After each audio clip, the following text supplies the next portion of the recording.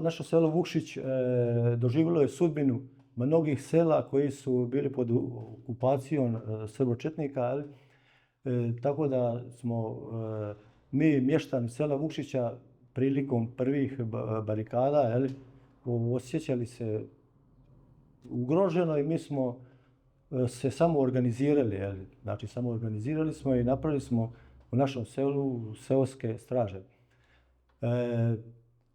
Seoske straže smo držali, znači, na ulazu i izlazu našeg sela, tako da smo nekako se osjećali tad sigurno da neće biti nekih upada sa strane njih, četnika, Srba ili već koga. Tako da smo, znači nakon toga su nam došli pomoć iz Zadra, bili su tu u pripomoći i nakon njih su bili iz Šibenika.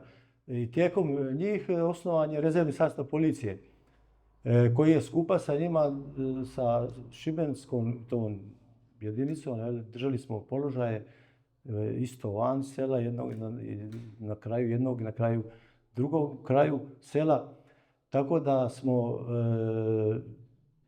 uspješno to držali dok oni su na kraju išli ća, Šibenčanci išli ća i za vrijeme njih smo naoružani. Znači oni su i donijeli lako naoružanje, jer do tada nismo imali, jer mi smo do tada imali 18 pušaka i svi dragovoljci tadašnji Domovinskog rata i sela Vukšića su se mijenjali na položaje.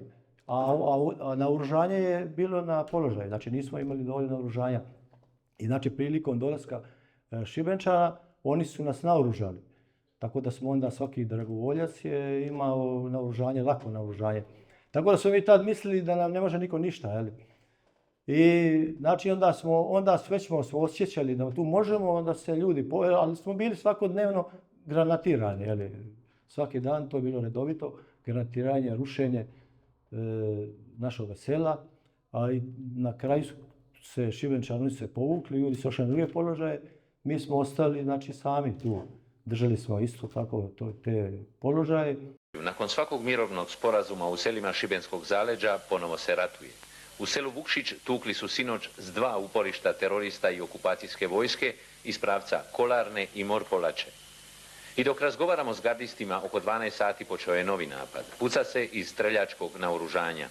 Pokušavaju ponovo s pješadijom krenuti na selo Buliće, kaže nam gardista. Tu nemaju šanse. I sinoć smo ih tamo odbili. Na brdu Stražbenica ušančili su se teroristi i okupacijska armija. Tuku s vojnog transportera protuavionskim mitraljezom, minobacačima i naravno snajperima. S položaja Markove grede iznad Lišana tuku minobacačima crkvu i župni dvor, a streljačkim naoružanjem položaje garde u selu. Lepuri su zapaljeni i srušeni. Teroristi su uspjeli zarobiti 3 civila, ali su im oni kasnije utekli. Čudimo se koliko je civila ostalo u Vukšiću. Pomažu nam, brinu o nama, kaže nam gardista, iako se bojimo za njih jer ovdje se svakodnevno puca. Dolaze italijanski novinari. Neki govore hrvatski. Gardisti im pričaju o teškim artiljerijskim napadima terorista i okupacijske vojske. U međuvremenu opet je zapucalo. Sklanjamo se na sigurno. Sve to tako trajalo do 27.9. 27.9. to znači u ranim jutarnjim satima počelo je bombardiranje. Tukli su minobacači, topovi, tukli su tu iz Kožlovca, Kolarne, iz Morpolače, znači sa svih strana su tukli minobacači, artiljerijom, a mi smo bili samo, imali lako naoružanje.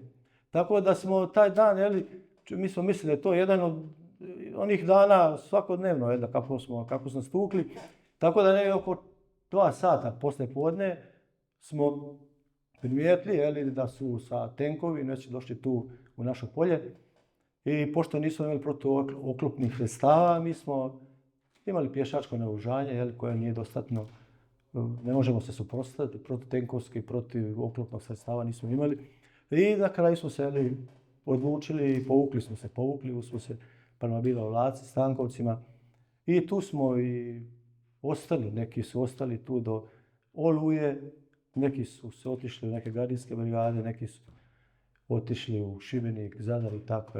A mi neki smo tih dragovoljaca je ostalo na području Stankovaca i dočekali su tu Oluju. Jel.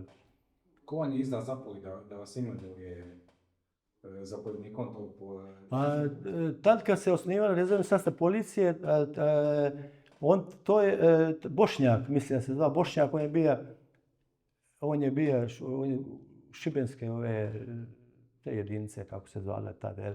Znači Bošnjak je i Stipe Vukas. Stipe Vukas je bio zapovjednik policije u Biogradu.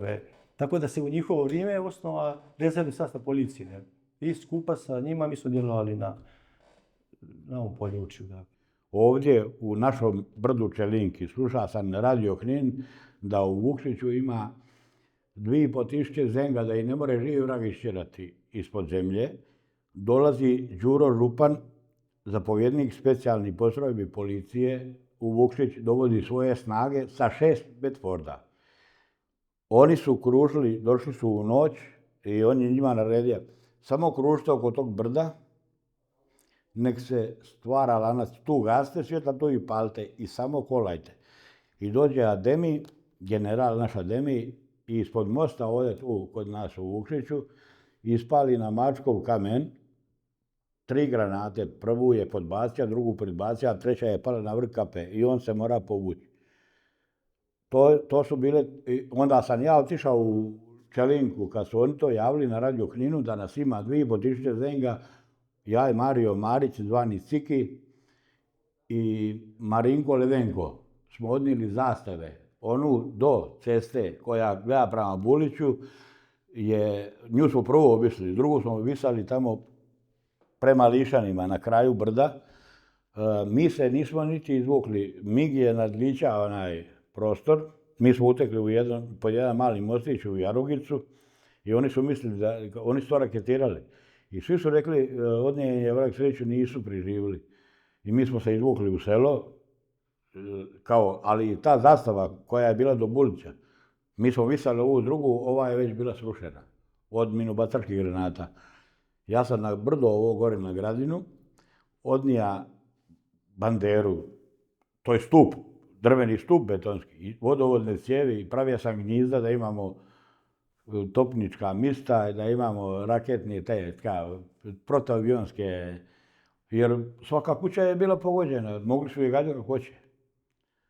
I zahvaljujući tome oni su više granata ispalili gore na to brdo nego što je patilo selo, ali da selo nije patilo, srušeno je bilo sve do temelja.